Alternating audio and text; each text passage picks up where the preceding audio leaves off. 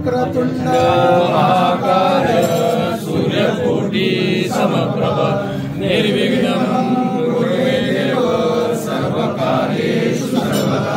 गणपति बप्पा मोरया, मंगलमूर्ती मोरया।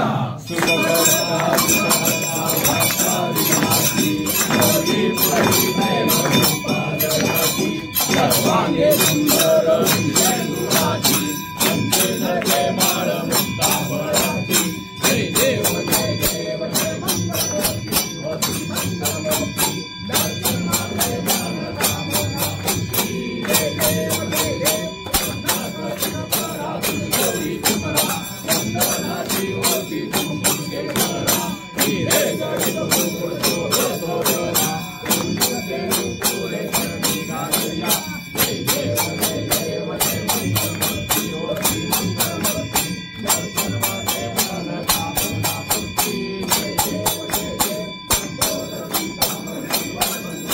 संतोषी कामना सर्वर वंदना जय देव जय देव जय मंगलमूर्ति हो श्री मंगलमूर्ति दर्शन मात्रे मान कामना पूर्ति जय देव जय देव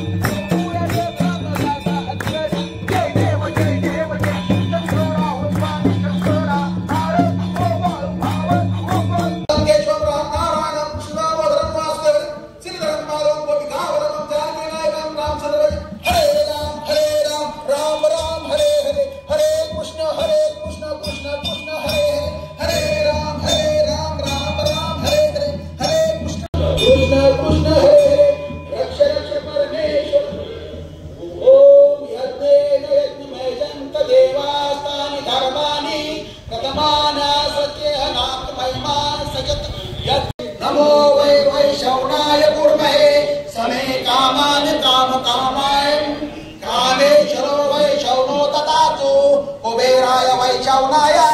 महाराजाय नमः। ओम स्वास्ति साम्राज्यं भोजं स्वराज्यं वैराज्यं पारमेष्टं राजं भद्र पुष्पांजलि समर्पयामि।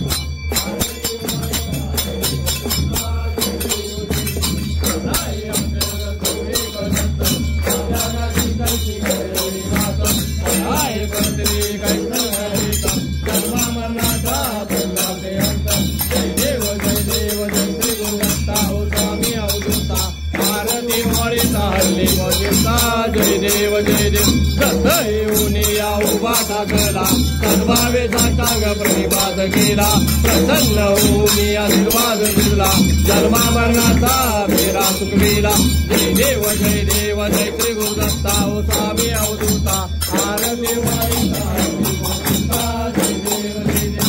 दत्त ऐसे लागले ज्ञान हरपले मन झाले उन्मन मी तो पण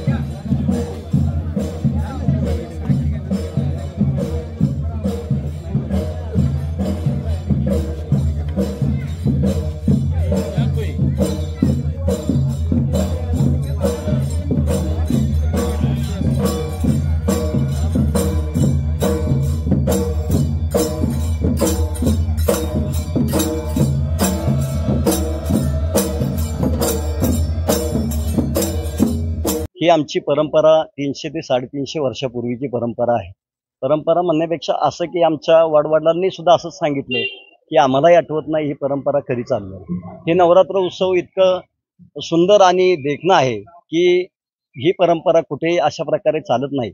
असं म्हणण्याचं कारण असं आहे की 9 दिवस उभं राहायचं, कसलंही बसायचं नाही, पाठाणीचा भाग टेकायचा नाही. उपवासाचं जर म्हणाल तर तिखट मीठ वर्ज्य, तिखट मीठ खायचं नाही, असा हा उपवासाची परंपरा आहे. हे आजपर्यंत 100 नवरात्रकरी आमच्या इथं उपवास करते आहेत. कुणाचे नवस असतील, कुणाचे काय असतील, कुणाच्या अडचणी असतील, हे आमचे नाथसाहेब दूर करतात. आणि त्यासाठी सर्वजण बाहेरून सुद्धा आज आमच्या इथे नवरात्र धरणारा 12 बलुतेपैकी मुसलमान असतील, तुमचे कन्नडचे जे लोक आहेत कर्नाटकमधली, तेही लोक इथं धरतात. बाहेरून येणारे सर्व समाजाचे लोक इथं उपवास करतात. उपवास करतो याचा अर्थ की आमचे नाथसाहेब हे नवसाला पावणारे देव आहेत. अशी सगळ्यांची सर्वांचीच मत आहे की आमचा नाथसाहेब हे जागृत देवस्थान आहे. आणि हा उपवास इतका कडक आहे की सकाळ आणि ज्या जो घट बसतात, घट बसल्यापासून घट ज्यावेळेला बसतो तेव्हा उभं राहायचं, ते घट ज्यावेळेला उठवतं त्यावेळेलाच बसायचं. कमीत कमी 9 ते 10 दिवसाचा हा नित्यक्रम असतो. सकाळी उठल्यानंतर घट बसतो त्यावेळेला तो घट बसल्यानंतर तिथं जे उभं राहायचं, त्यानंतर घरी जायचं. घरी जाण्यानंतर प्रत्येक घरच्या माणसांनी तो चोपाळा घेऊन आणायचा आणि मंदिरामध्ये बांधायचा. प्रत्येकाचा प्रत्येक नवरात्राचा चोपाळा असतो. 20व्यासाठी हा चोपाळा बांधला जातो. 20वा घेण्यासाठी एक पाय फक्त चोपाळ्यावर ठेवला जातो, पण तो पाय ज्याला एक पाय जमिनीवर लागतो तो पाय कधी उचलायचा नसतो. त्यामुळे कंटिन्यू एक पाय जमिनीला लागलाच पाहिजे किंवा असलाच पाहिजे. ही अशी आमची परंपरा आहे. ही परंपरा आजपर्यंत अशी नित्यनियमाने चालू आहे. उभं राहून हे 9 दिवस सकाळची 9 वाजता धूप आरती होते, संध्याकाळी 10 वाजता धूप आरती येते. तर सार्वजनिक सामाजिक सांस्कृतिक कार्यक्रम करमणुकीसाठी नवरात्रकरांसाठी ग्रामस्थांसाठी असतात. 9 दिवस हा कार्यक्रम इतक्या जोरात चालतो की जे सामाजिक आणि सांस्कृतिक कार्यक्रम आहेत हे सुद्धा नित्यनेमाने इथे केले जातात. आणि जो महत्वाचा कार्यक्रम आहे तो अष्टमीला हारजागर आमचा असतो. हारजागरला अशी आमची परंपरा आहे की पेढ्याची दुकानं येतात. पेढ्याची दुकानं येतात, परंतु हे पेढ्याच्या दुकानाचा दर आमच्या ग्रामस्थ आणि नवरात्र उत्सव हे मंडळ ठरवलं जातं की गेल्या वर्षी मला वाटतं 300 रुपये दर होता किलोचा, केजीचा. आणि ह्या वर्षी सुद्धा नवरात्र मंडळच दर ठरवणार आणि ग्रामस्थ दर ठरवणार. हे अशी ही अष्टमीची परंपरा. त्यानंतर जागर होतो. जागर म्हणजे ढोल बाहेरून येतात, सांस्कृतिक कार्यक्रम असतात किंवा तुमचे डान्स पथक वगैरे बाहेरून आणलेले सर्व कार्यक्रम हे छबिना रात्री 2 वाजेपर्यंत चालतो. छबिना संपल्यानंतर ज्यावेळेला आमची 4 वाजता गोंधळाची आरती 3 वाजता होती. गोंधळाची आरती झाल्यानंतर ह्या नवरात्र उत्सवामध्ये फार महत्व गोंधळाच्या आरतीला आहे. गोंधळाची आरती झाल्याशिवाय काही हालत नाही यातलं. आणि गोंधळाची आरती 3 वाजता झाल्यानंतर आमचा नवरात्रकरी 4 वाजता आंघोळीला घरी जातो आणि आंघोळीला आणल्यानंतर पाकाळणीसाठी ते ताट घेऊन येतात. दही, भात आणि भेंडी हा महत्वाचा आमच्यातला नैवेद्य आहे आणि त्याची पाकाळणी देवाला केली जाते. त्याचा अभिषेक केला जातो आणि तो अभिषेक केल्यानंतर ज्यावेळेला ते पंचामृत खातो, म्हणजे आपण प्राशन करतो, त्यावेळेला ते नवरात्र करायचा उपवास सुटला. परंतु घट उठेस्तोवर बसायचं नाही. त्यानंतर दिवस उजडल्यानंतर, कारण घट उठवायला उजडता दिवस लागतो आणि घट उठवायला उजडता दिवस लागल्यामुळं घट म्हणजे दुपारती उजडता 7 वाजता सकाळी निघते आणि ती दुपारती फिरून आल्यानंतर ग्रामस्थ आणि नवरात्रकरी हे सगळं मंदिरामध्ये जमतात. तिथं घट उठवला जातो आणि गोंधळाची आरती होती. गोंधळाची आरती झाल्यानंतर ते प्रत्येकानं आपापल्या घरचा घट उठवायचा, नवरात्रकऱ्याने घरी जायचं आणि मग बसून उपवास सोडायचा. तो पण भेंडी भातावर आणि पोळीवर असा उपवास सोडायचा असतो. हा नित्यक्रम आमचा कायम आजपर्यंतच्या परंपरेमध्ये हे असाच चालू आहे आणि ह्यात कधीही बदल होणार नाही असं म्हणण्यापेक्षा आमची तरुण पिढी ती अग्रेसर असल्यामुळं ही परंपरा अशीच चालू राहणार आहे. ज्या आमच्या वयस्कर माणसांनी सांगितलं ते आमच्यासारख्या पिढीनं पुढे चालू ठेवलं. माझं कमीत कमी गेली 30 वर्ष नवरात्र होतं आणि आजही ती तरुण पिढी त्याच पद्धतीनं त्याच जोमानं आणि त्याच जोशानं हे नवरात्र उत्सव पार पाडतात. आणि हा नवरात्र उत्सव आमची ही परंपरा ही कायमस्वरूपी अशीच राहील आणि अशीच चालत राहणार. ह्यात कसलाही तरुण पिढीमुळं कसलाही बदल होणार नाही. आणि जे आमची नाथसाहेबांवर जी श्रद्धा आहे, जी निष्ठा आहे, त्याचं हे प्रतीक आहे.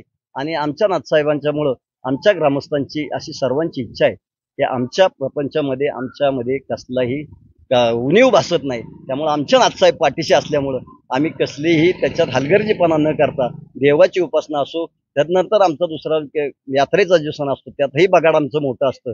जसं बावधनचं बगाड असतं तसंच पांड्याचं बगाड असतं, तेवढंच मोठं असतं. त्यामुळं आमच्या नाथसाहेबांचे जे सण असतात ते फार उत्साहानं साजरे केले जातात. सर्व धर्म समभाव अशा पद्धतीनं साजरे केले जातात.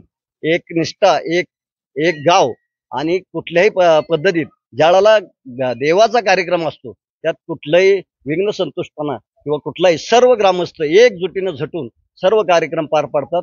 आणि तो कार्यक्रम अगदी भरारीनं इतका मोठ्या संख्येनं पार पडतो.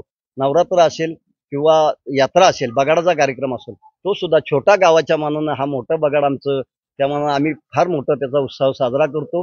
आणि हा त्यापेक्षा नवरात्र उत्सव आमच्या सर्वांच्या गावाच्या वतीने म्हणजे गावाच्या माहितीप्रमाणे नवरात्र उत्सवात आमच्यात फार महत्त्व दिलं जातं आणि नवरात्र फार उत्साहानं साजरा केला जातो.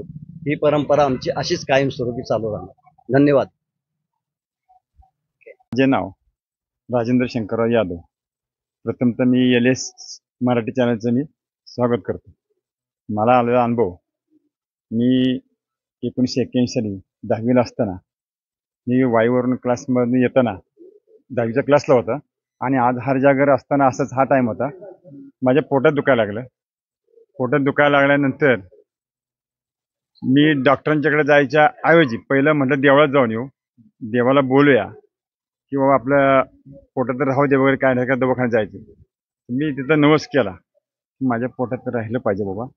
आणि मी अंगार लावून खाली असतोपर्यंत आज तागायत माझ्या पोटात दुखलं नाही. हा मला स्वतः आलेला वैयक्तिक अनुभव आहे. धन्यवाद.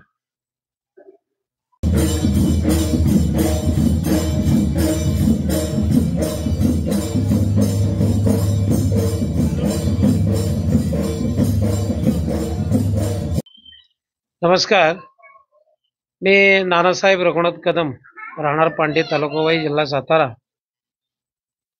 आमच्या या काळभैरवनाथ हे जे उभं नवरात्र आहे या संदर्भामध्ये जी परंपरा आमची 300 ते 350 वर्षापूर्वीपासून उभं नवरात्र चाललेलं आहे, यामध्ये आमच्या 12 बलुतेदारांची जी भूमिका असते ती एक महत्त्वाची असते. ज्याचं त्याचं ज्या प्रत्येकानं आपापली कामं करायची. माळेनं छत्री धरायची, पारटानं कोंडा फिरवायचा, आम्ही गोंधळानं गोंधळ हातामध्ये डबर घेऊन दुपारतीबरोबर फिरायचं. अशा ज्या काही परंपरा आहेत, माळ्यानं छत्री धरल्यानंतर गोंधळानं डबर घ्यायचा, गुरुवाणी त्याच्याबरोबर थांबायचं, कोळी समाजानं पालखीला खांदा द्यायचा. अशा प्रकारे आमचे हे 12 बलुतेदारांचं 9 दिवसातलं काम असतं. त्याचप्रमाणे वार्षिक यात्रेमध्ये सुद्धा हाच प्रकार चालतो. तर गोंधळाचा आणि जागरणाचा जो प्रकार आहे, परंपरा आहे, ते 300-350 वर्षापासून ती परंपरा चालू आहे. पूर्वी नुसता गोंधळ व्हायचा, डवर, त्रिशूळ, काकेला झोळी त्या गोंधळाने गळ्यामध्ये अडकवायची आणि ती परंपरा चालू ठेवायची. नंतर संबळ आला. संबळानंतर 100 ते 150 वर्षापूर्वी परत खंडेरायाचं जागरण चालू झालं, म्हणजे ज्याला वाघ्याने मुरळीची परंपरा म्हणतो, ही परंपरा नंतर चालू झाली. त्याच्यानंतर मग तो कार्यक्रम देवळामध्ये संध्याकाळी 10 वाजता आमच्या या नाथांची पालखी फिरून आली की एक परंपरा 10 वाजल्यापासून ते 4 वाजेपर्यंत जागरण गोंधळाचा कार्यक्रम संपन्न व्हायचा. तो 4ला आरती व्हायची आणि 4 नंतर सगळे भाविक भक्त प्रत्येकजण आंघोळीला जात होते. अशी परंपरा पूर्वीपासून आमच्या इथं जागरण, गोंधळ आणि 12 बलुतेदारांची परंपरा चालू आहे. गोंधळ गीत आपण सादर करतोय. नाथांच्या दरबारामध्ये जो गोंधळ सादर होतो, त्या गोंधळाच्या परंपरेनुसार जो गोंधळ गीत गायचंय, ते गोंधळ गीत मी सादर करतो. जोगाईचा नाथ बघा आमुचा कैवारी, जोगाईचा नाथ बघा आमुचा कैवारी, देव गारुडी त्याचं नाव काळ भैरी, देवगारुडी त्याचं नाव काळ भैरी, देवगारुडी त्याचं नाव काळ भैरी. दोघायचा नात बघा आमचा काय वारे, दोघायचा नात बघा आमचा काय वारे. देवगारुडे त्याचं नाव काळ भैरे, देवगारुडे त्याचं नाव काळ भैरे, देवगारुडे त्याचं नाव काळ भैरे. 8 दिवसाच्या ऐतवारी, 8 दिवसाच्या ऐतवारी, नात बसले घोड्यावरी, नात बसले घोड्यावरी. जोगाईचा नात बघा आमुचा कैवारी, जोगाईचा नात बघा आमुचा कैवारी.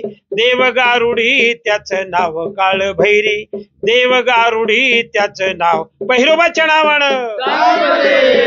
अशा प्रमाणे गोंधळगीत सादर व्हायचं. आणि खंडेरायाची परंपरा म्हणजे खंडेरायाचं जागरणाची जी परंपरा होती ती कशी चालू झाली त्याचं एक आपण त्या मल्हारी देवाचं आणि माळसाबाईचं आणि बाणाबाईचं गीत सादर करूया. चल ग बानू झरा झरा, मेंढर चरतील धीर धरा. चल चल चल चल पाय उचल, माझ्या न्यारीच्या भाकरी भरा. चल ग बानू झरा झरा, चल ग बानू जरा जरा, मेंढऱ्याची धीर धरा. जर जर जर जर पाय उचल, आपल्या नेरीच्या भाकरी भरा. चल ग बानू जरा जरा. खांद्या घोंगडी हातकाठी, देव लागले मेंढ्या पाटी. खांद्या गोंगडी हातकाठी, देव लागले मेंढ्या पाटी. आम्ही पाहिले भानू चमकली, आम्ही पाहिली भानू चमकली, उन्हाच्या भरे दुपारा. चल ग बानू झरा झरा, मेंढर सदानंदाचा.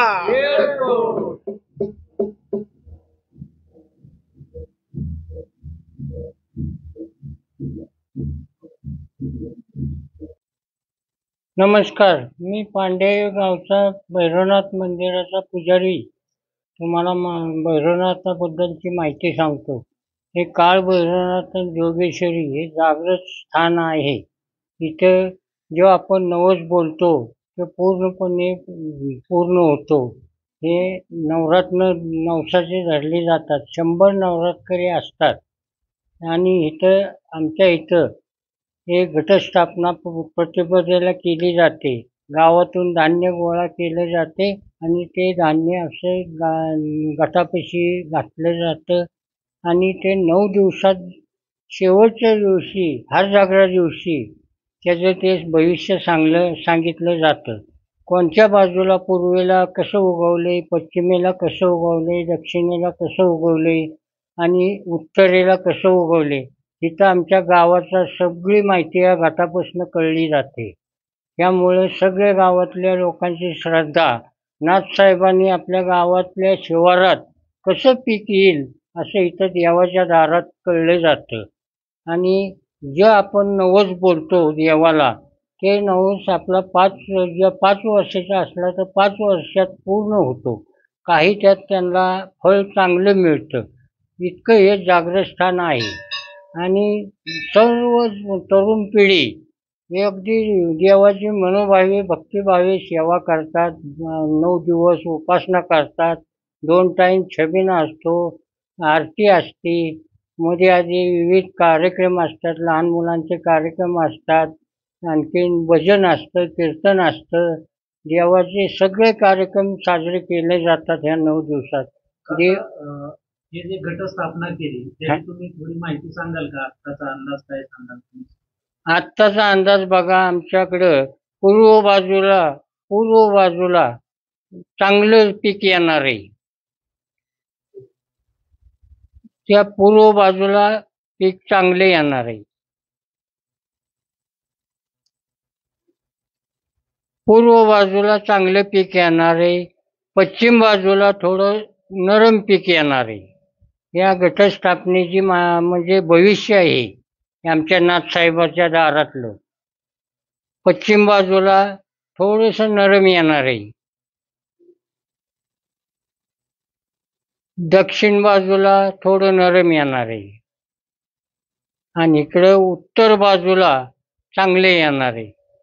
असे या गावच्या शेतीतला इतिहास इथं सांगितला जातो. वरचं बी असतं, ते आकाशातलंच आहे ते एक प्रकारचं रूप. संपूर्ण ह्या गटाव आवाचा नकाशा काढला जातो शेतीचा.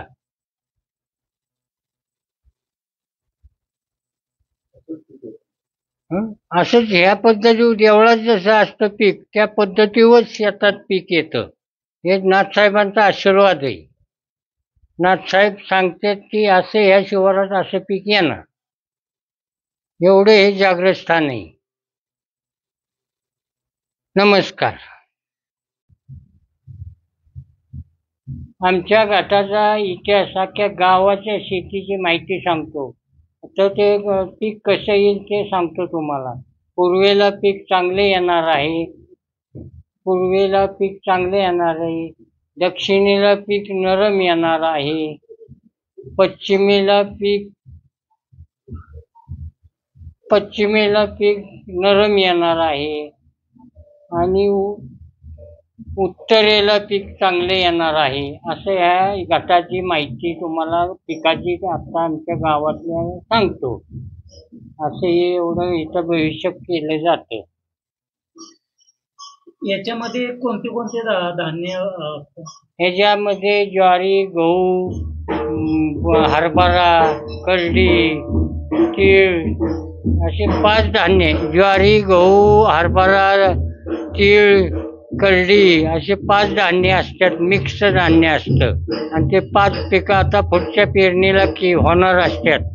त्यामुळे आता भविष्य इथं म्हणजे कोणतं पीक घ्यायचं हे याच्यावरून अंदाज घ्यायचा? हो, ह्याच्यावर अंदाज घेता येतो. गव्हाचं पीक कसं आहे, ज्वारीचं पीक कसं आहे, हरभऱ्याचं पीक कसं आहे, इथं हे देवापाशी त्याचा अंदाज घेतला जातो.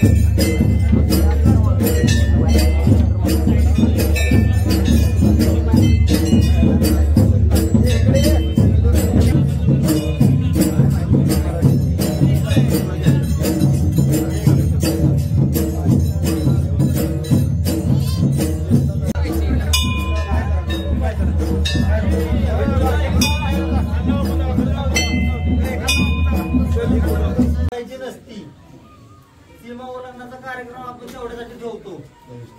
पहिल्यापासून पूर्वीपासून चालू आहे. नवरात्री बाहेर जातात, कुठे हे करतात, ती तसं चालत नाही नियमानं. त्याची दक्षता सगळ्या नवरात्रकरांनी घ्या.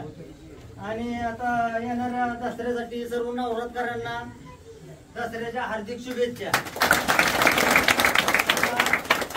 आपट्याची नाव आपटा वाटप जे आपल्या सीमा ओलांडणाला होतं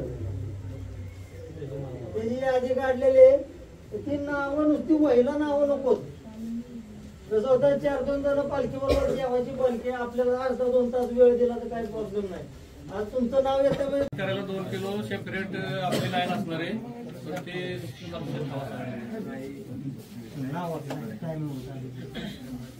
हेमंत चंद्रकांत जाधव. ह्याच्या व्यतिरिक्त अजून कोणी इच्छुक आहे त्यांनी आलं पालखी बरोबर चांगलं आहे. पण या लोकांनी पालखी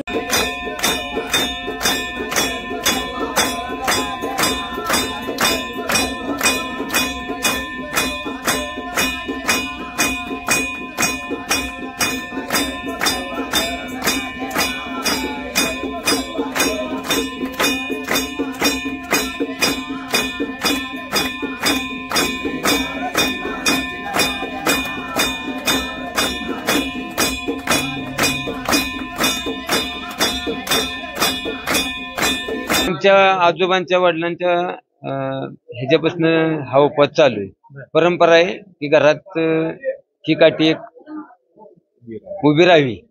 ही पहिल्यापासून म्हणजे वडिलांच्या वडिलांना केलेलं आहे. हा, तर माझी जी आत्या होती ती ह्या मंदिरात आमच्या आजीनं नाथसाहेबांवर तिचं लग्न झालेलं होतं. तर ती आमची परंपरा पहिल्यागत अशी चाललेली आहे. आमच्यात असं की बाबा आत्याचं लग्न इथं भैरोबावर लावून, आणि ती भैरोबाच्या नावाचं तिनं कुकू लावलेलं होतं. त्या कुकू लावल्यामुळे आमच्या ती परंपरा पहिल्यागत चालू आली. तिथं आम्ही पुढे तशीच चालू ठेवलेली आहे परंपरा. काय अनुभव आहे तुम्हाला या नवरात्री उत्सवात? अनुभव म्हणजे अनुभव मोठा आहे की 9 दिवसात आजादुजापणा नाही होत, किंवा बाबा हा तवाच धर्माचा आहे किंवा असं काय होत नाही. थोडंसं बरं वाटतं. आणि इथं बाराबलुती सर्व जाती धर्माचे सर्वसामान्य लोकांना आपलं हे केलं जातं, मान सन्मान दिला जातो. गेल्या वर्षी मी या बगाडाचा मानकरी होतो. जे बगाड आमच्यात असतं चैत्र पुनवेला जी बगाडाची यात्रा असते त्याला मला मान मिळालेला होता बगाड्याचा गेल्या वर्षी.